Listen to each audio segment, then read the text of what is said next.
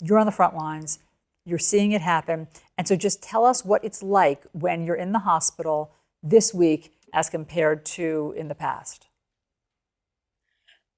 I mean, I think in one word, it's heartbreaking. The last time I was on service, I took care of 5 patients who had COVID. And one of those patients recovered and was able to discharge from the hospital after about a week. I sent 2 patients home on hospice. One went to a nursing home, and he'll be in a mandatory 14-day quarantine there. And I don't know if he's going to live past quarantine. The other patient I discharged on hospice was 41 years old, and she was terrified of dying alone. And the other 2 patients I had were a married couple in their 80s.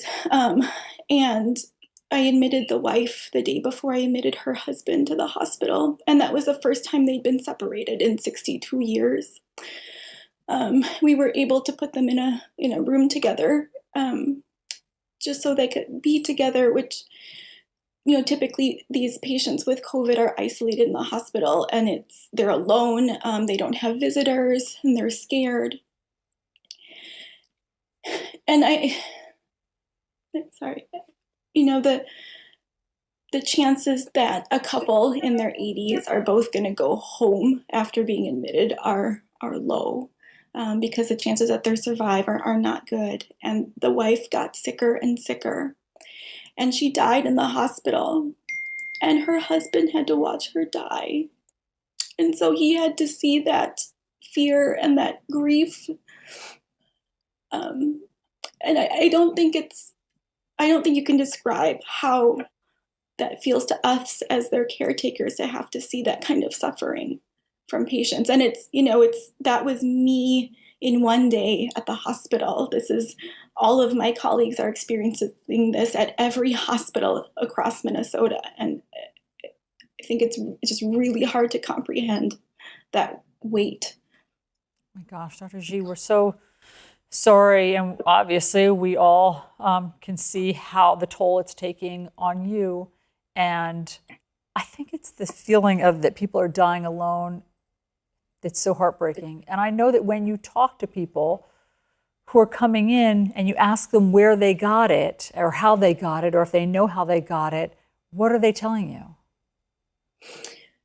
The Hennepin County Medical Center, where I work, we're located in downtown Minneapolis. And so we're a safety net hospital that serves this really amazing and diverse patient population. But it is a lot of patients from marginalized communities and people that have fewer resources and less access. And so these are not patients that are getting COVID because they're going to bars and restaurants and parties.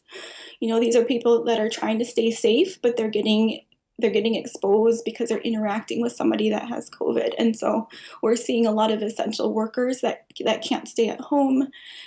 We see a lot of families that have housing insecurity, so they have no homes to go to. We see nursing home patients who are already suffering because they're not allowed to have visitors, and they've been isolated for months now, but somehow they're getting exposed. We're seeing healthcare workers, we're taking care of colleagues who we see in the halls every day, and people we work with that we're now having to take care of patients. And we see entire families who can't isolate from each other that are getting sick.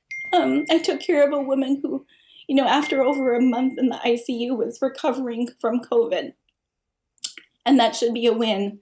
But we were trying to call her family every day to give them an update, and we couldn't get a hold of anyone. And then one day we found out it's because her husband had died of COVID, and her daughter had died of COVID, all while she was in the hospital. And so how do you tell somebody that? How do you tell somebody that their family has died?